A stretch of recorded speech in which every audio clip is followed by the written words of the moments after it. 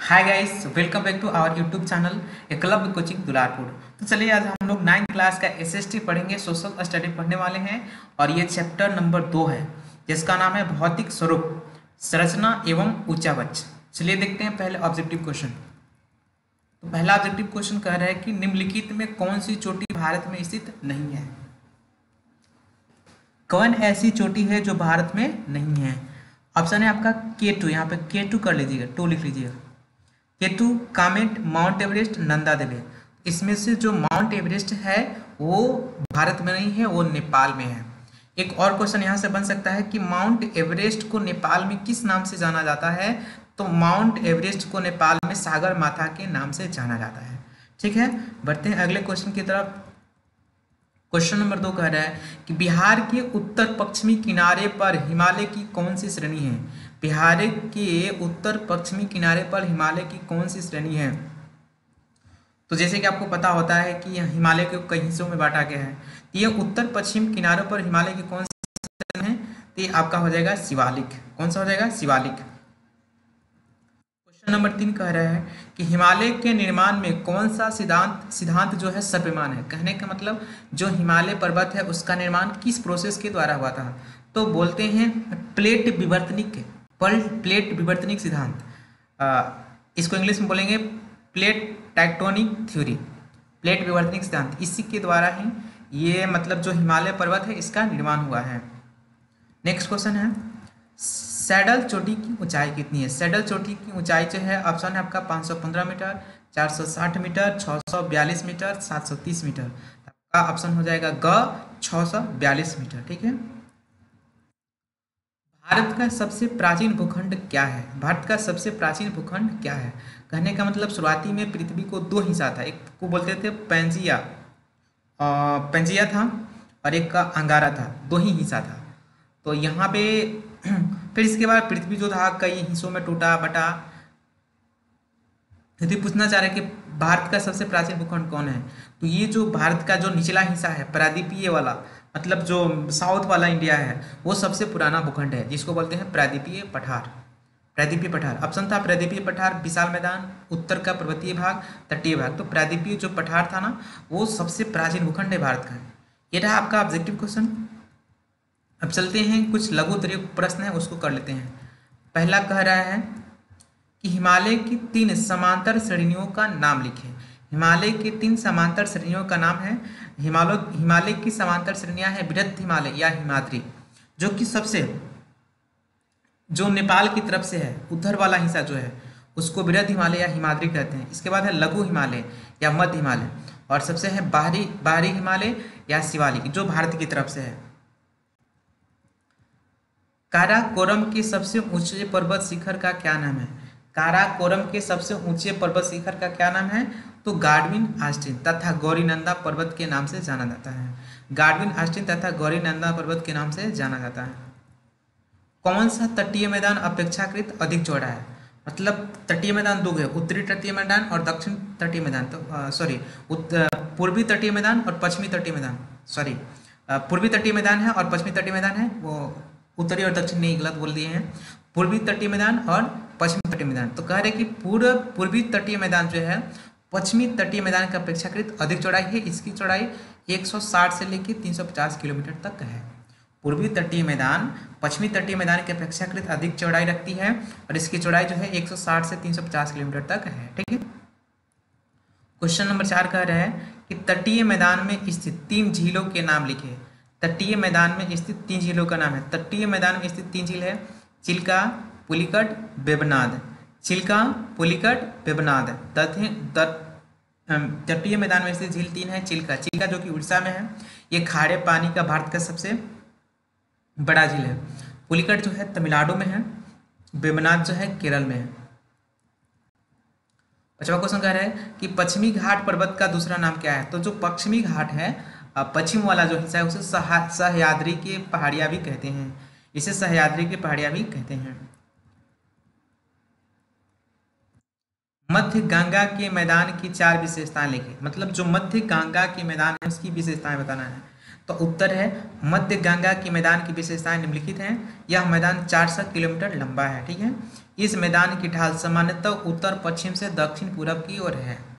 इसका विस्तार उत्तर भारत के राज्य यथा बिहार, उत्तर प्रदेश तथा पश्चिम बंगाल तक है। इसका निर्माण जलोढ़ मिट्टी से हुआ है। क्वेश्चन नंबर 7 कह रहे हैं हिमालय और प्रायद्वीपीय पर्वतों के दो प्रमुख अंतर बताइए। तो कह रहे हैं कि दोनों में अंतर है। जो हिमालय पर्वत है ये भूगर्भीय रूप से नवीन एवं बलित है। ये नाम है इसका मुर्दार पर्वत श्रृंखला है। भूगर्भीय रूप में नवीन एवं बलित है, मतलब जो हिमालय पर्वत है वो बहुत ही मतलब नया है। और जबकि वही बात करें प्रायद्वीपीय भारत की, यह प्राचीन गुंडवाना, जैसे कि हमें पता है गुंडवाना और अंगारा बोला जाता था। गुंडवाना और अंगारा, गुंडवाना लैंड और अंगारा लैंड, यह प्राचीन गुंडवाना भूमि का अंश है। प्रायद्वीपीय भारत जो है प्रायद्वीपीय पर्वत है। हिमालय पर्वत की एक और खास बात यह है कि यह विश्व की सबसे ऊंची पर्वत श्रेणी भी है। और प्रायद्वीपीय भारत में यह है कि लावा निर्मित पठार है, मतलब ये लावा से ही निर्मित पठार होता है। वेरी वेरी इंपॉर्टेंट क्वेश्चन 8 है खादर एवं बांगर किसे कहते हैं। देखिए खादर जो होती है वो जलोढ़ मिट्टी के दो प्रकार होते हैं, एक होता है खादर तथा दूसरा होता है बांगर। तो खादर जो होता है ना, ऐसे याद रखिए कि खादर जो है ये खाद की तरह काम करता है, मतलब बहुत ही उपजाऊ होता है। बांगर जो होता है उतना ज़्यादा उपजाऊ नहीं होता है। खादर जो होता है ये नई मिट्टियाँ होती है, जबकि बांगर जो होता है पुराने मिट्टी होती है। इस तरह से बोल सकते हैं खादर पुराने जलोढ़ मिट्टी को कहते हैं, या खादर जो होती है नवीन जलोढ़ मिट्टी को कहते हैं, बांगर जो है वो पुराने जलोढ़ मिट्टी को कहते हैं। खादर गंगा के मैदान में जहां नदियां नई कछाड़ी भाग में जो निचले मैदान में है और जहां बाढ़ की जल प्रतिवर्ष पहुंचकर नई मिट्टी के ऊपर जमा कर देती हैं उसे खादर कहते हैं। बांगर की बात करें जहां नदियों द्वारा पुरानी मिट्टी के ऊंचे मैदान बन गए हैं, वहां नदियों के बाढ़ का जल नहीं पहुंच पाता है, उसे बांगर कहते हैं। ठीक है। क्वेश्चन नंबर 9 कह रहे हैं पूर्वी घाट तथा पश्चिमी घाट में अंतर बताएं। देखिए पूर्वी घाट की कुछ अलग विशेषताएं हैं और पश्चिमी घाट की कुछ अलग विशेषताएं हैं। तो कह रहे हैं कि पूर्वी घाट यह मैदान पश्चिम घाट से अधिक चौड़ा है। जी पूर्वी घाट है ये पश्चिम मैदान यह मैदान पश्चिम घाट से अधिक चौड़ा है। यह उत्तर में गंगा के मुहाने से दक्षिण में कन्याकुमारी तक फैला है। मतलब यह जो है उत्तर में गंगा के मुहाने से मतलब गंगा से शुरू होता है और कन्याकुमारी तमिलनाडु तक जाता है। वही पश्चिमी घाट की बात करें तो यह उत्तर में खंबात की खाड़ी से लेकर दक्षिण में कन्याकुमारी तक फैला हुआ है।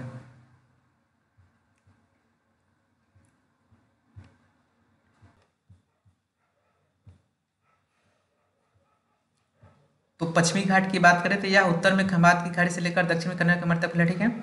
और पूर्वी घाट की बात करें तो इसकी औसत चौड़ाई जो है 160 से 350 किलोमीटर तक है। और पश्चिमी घाट की बात करें तो इसकी जो औसत चौड़ाई है 10.60 किलोमीटर है। ठीक है। वो कह रहा है कि पूर्वी घाट के उत्तर भाग को गोलकुंडा तट तथा दक्षिण भाग को कोरोमंडल तट कहते हैं। पूर्वी घाट को दो हिस्सों में बांटा गया, ऊपर वाले हिस्सा को बोलते हैं गोलकुंडा तथा दक्षिण भाग को कोरोमंडल तट कहते हैं। इस घाट के उत्तरी भाग को कोंकण और दक्षिण भाग को मालाबार तटीय मैदान कहा जाता है। ऊपर वाले को कोंकण कहते हैं जो गोवा की तरफ से है, और मालाबार जो होता है केरल में है, केरल में मालाबार तट है। अब बढ़ते हैं दीर्घ प्रश्न की तरफ। कह रहे कि उत्तर के विशाल मैदान की विशेषताओं को लिखें। और कह रहे कि उत्तर की जो विशाल मैदान है उसकी कुछ खास विशेषताएं उनको लिखना है। चलिए आंसर देते हैं।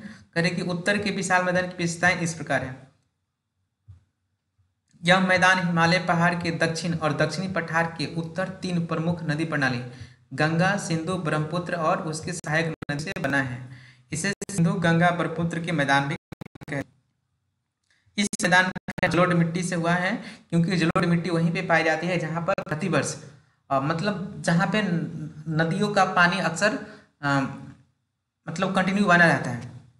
यह मैदान भारत का ही नहीं बल्कि विश्व का सबसे अधिक उपजाऊ और घनी जनसंख्या वाला मैदान है। जाहिर सी बात है यहाँ पे पानी जो होती है अच्छी मात्रा में मिलेगी, और जिसके कारण यहाँ से जनसंख्या आधा मतलब अधिक निवास करती है, और ये बहुत ही उपजाऊ होता है। यह मैदान 7 लाख वर्ग किलोमीटर से भी अधिक क्षेत्रफल में फैला है। पश्चिम से पूर्व इसकी लंबाई लगभग 2400 किलोमीटर है और 150 से 500 किलोमीटर चौड़ा है। यह मैदान समुद्र तल से 240 मीटर से अधिक ऊंचा नहीं है। इसको फिर से हम चार भागों में बांटते हैं। इस मैदान के चार उपभाग हैं, पंजाब के मैदान, राजस्थान का मैदान, गंगा का मैदान और ब्रह्मपुत्र का मैदान। पहले देखते हैं पंजाब के मैदान। करें कि पंजाब का मैदान जो है सिंधु और इसकी सहायक नदियों के द्वारा बना है। पंजाब और हरियाणा का भाग इसमें सम्मिलित हैं। इस मैदान में झेलम, चेनाब, रावी, ब्यास तथा सतलुज नदियां बहती हैं। इसकी औसत ऊंचाई 150 से 300 मीटर तक है। इस मैदान को दोआब भी कहते हैं। तो कोई पूछ सकता है कि दोआब क्या होता है? दो नदियों के बीच की जो भूमि होती है उसे दोआब कहते हैं। दूसरा है राजस्थान का मैदान। यह मैदान अरावली पर्वत के पश्चिम में है। यह शुष्क प्रदेश की प्रमुख नदी लूनी है। देखिएगा यहाँ पे राजस्थान में ऐसी नदियाँ जो होती हैं वो बालू में विलुप्त हो जाती है, या बोल सकते हैं वहाँ पे कि नदियाँ देखने को नहीं मिलती है। वहाँ की एकमात्र ऐसी नदी लूनी नदी है जो कभी कभार हमको दिखाई देती है। इसमें संवार, डंगना, दिद्वाना तथा कुचापन जैसे खारे पानी की झील स्थित है। आगे बढ़ते हैं गंगा के मैदान। यह मैदान 1400 किलोमीटर लंबा है। इसका विस्तार उत्तर भारत के राज्यों यथा उत्तर प्रदेश, बिहार, झारखंड कुछ भाग तथा पश्चिम बंगाल तक फैला हुआ है। गंगा के मैदान की प्रमुख नदियां हैं गंडक, बूढ़ी गंडक, बागमती, कमला, कोसी तथा महानंदा है। ब्रह्मपुत्र का मैदान। यह मैदान असम राज्य में सदिया के रनर पूरब से होकर धुरी स्थान तक फैला है। यह लगभग 650 किलोमीटर लंबा है। इस मैदान में कई भावर और तराई है। कई तरह के भावर होती है और कई तरह के तराई क्षेत्र हैं। पढ़ते हैं दूसरे क्वेश्चन की तरफ। प्रायद्वीपीय पठार को विभाजित कर किसी एक की चर्चा विस्तार से करें। मतलब प्रायद्वीपीय पठार को कितने भागों में बांटा गया है उस पर चर्चा करना है। देखिए प्रायद्वीपीय पठार की आकृति त्रिभुजाकार है तथा प्राचीन गोंडवाना भूमि का अंश है। जैसे कि पता होना चाहिए कि पृथ्वी का दो हिस्सा था, गोंडवाना और अंगारा। ऊपर वाले हिस्से को अंगारा कहते थे, नीचे वाले को गोंडवाना भूमि कहते थे। इसकी औसत ऊंचाई 600 से 900 मीटर है। इस पठारी भाग के दो प्रमुख भाग है, मध्य उच्च भूमि तथा दक्कन का पठार। चलिए पढ़ते हैं पहले मध्य उच्च भूमि के बारे में। मध्य उच्च भूमि का अधिकतर भाग मलबा का पठार कहलाता है। मलबा का पठार कहते हैं। यह पठारी भाग पूर्व में महादेव श्रृंखला तथा उत्तर पश्चिम में अरावली और मध्य में विंध्य श्रृंखला से घिरा हुआ है। इसके पश्चिम में राजस्थान का मरुस्थल है। यहाँ बहने वाली नदियों में चंबल, सिंध, बेतवा तथा केन है। यह भाग पश्चिम में चौड़ा और पूर्व में संकीर्ण है। इसकी पूर्वी विस्तार बुंदेलखंड तथा बघेलखंड के नाम से जाना जाता है। इससे दूर पूर्व के विस्तार को मुख्यतः दामोदर और स्वर्ण रेखा नदियों द्वारा अववाहित छोटा नागपुर का पठार कहा जाता है। छोटा नागपुर का पठार जो कि झारखंड में स्थित है। अगला है दक्कन का पठार।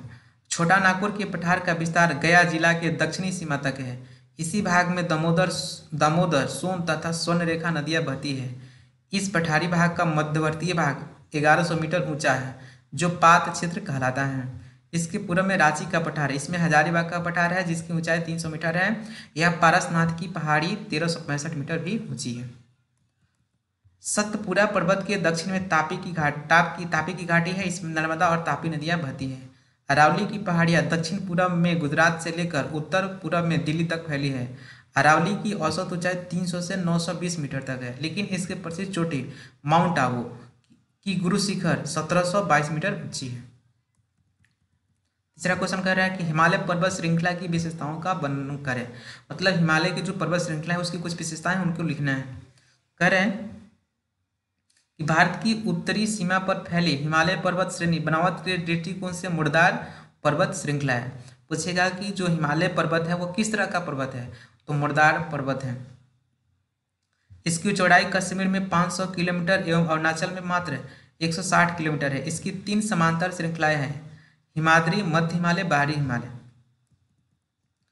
हिमाद्री सर्वोच्च श्रेणी है, सबसे उत्तर श्रेणी भी यही है। यह भारत का सबसे ऊंचा और संसार की दूसरे सबसे ऊंचा शिखर है जिसकी ऊंचाई 8611 मीटर है। इसे गार्डविन आश्रम के नाम से जाना जाता है। मध्य हिमालय, यह हिमालय की सबसे अधिक कटी छठी श्रृंखला है। इसकी ऊंचाई 1800 मीटर से 4500 मीटर के बीच है। बाहरी हिमालय, यह निचली श्रृंखला है। इसकी औसत ऊंचाई 900 से 15,000 मीटर तक है तथा चौड़ाई 10 से 50 किलोमीटर है।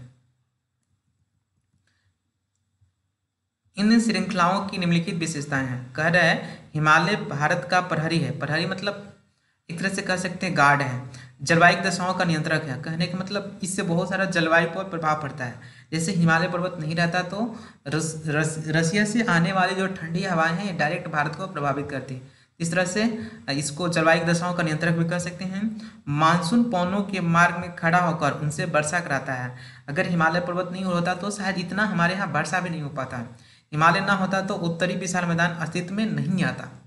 हिमालय में कई हिम नदियां जिनसे गंगा, सिंधु, ब्रह्मपुत्र, यमुना, कोसी, सरयू, गंडक, महानदी, सतलुज, ब्यास, झेलम, रावी, चेनाब आदि प्रमुख हैं। नदियां सिंचाई के प्रमुख स्रोत हैं। हिमालय पर कई पर्यटन स्थल भी हैं, हाँ, जहाँ पे बहुत सारे पर्यटक आते हैं देश से भी और विदेशों से भी, यथा कश्मीर की घाटी, शिमला, मसूरी, नैनीताल, दार्जिलिंग आदि। इस क्षेत्र में कुछ घास के मैदान भी है जिसे कश्मीर में मर्ग कहते हैं, जिसे गुलमर्ग, खिलनमर्ग और सोनमर्ग कहते हैं। यहाँ के सभी पर्वत श्रृंखलाएं घने सदाबहार वनों से ढकी रहती है जिससे उपयोगी लकड़ियाँ प्राप्त होती है। हिमालय पर हिंदुओं के अनेक तीर्थ स्थल भी हैं, यथा केदारनाथ, अमरनाथ, कैलाश, मानसरोवर झील आदि हैं। तो इस तरह से आपका जो दूसरा चैप्टर था ये फिनिश हो गया। आई होप कि आपको समझ में आया होगा। अगर कहीं पे दिक्कत है आपको तो कमेंट बॉक्स में ज़रूर कमेंट कीजिए और इसे अपने दोस्तों के साथ शेयर कीजिए। Thanks for watching.